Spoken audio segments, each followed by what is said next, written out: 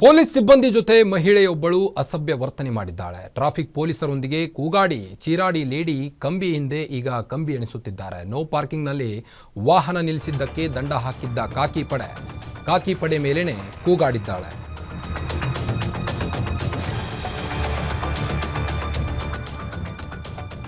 Police ಸಿಬ್ಬಂದಿ ಜೊತೆ ಅಸಭ್ಯ ವರ್ತನೆ ಮಾಡಿದ ಮಹಿಳೆ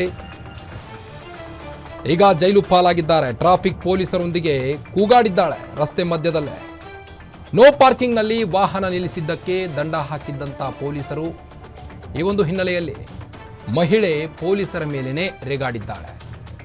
ಯಲಹಂಕದಲ್ಲಿ ಪೊಲೀಸರ ಮೇಲೆ ಕೂಗಾಡಿದ್ದಂಥ ಮಹಿಳೆ ಹಿರಲ್ ವ್ಯಾಸ್ ಮತ್ತು ಮೊಹಮ್ಮದ್ ಸರ್ಬಾನ್ ಅರೆಸ್ಟ್ ಆಗಿದ್ದಾರೆ. ದೃಶ್ಯದಲ್ಲಿ ಗಮನಿಸಬಹುದು ಯಾವ ರೀತಿ ಪೊಲೀಸರೊಂದಿಗೆ ಅಸಭ್ಯ ವರ್ತನೆ ಮಾಡಿದ್ದಾಳೆ ಅಂತ.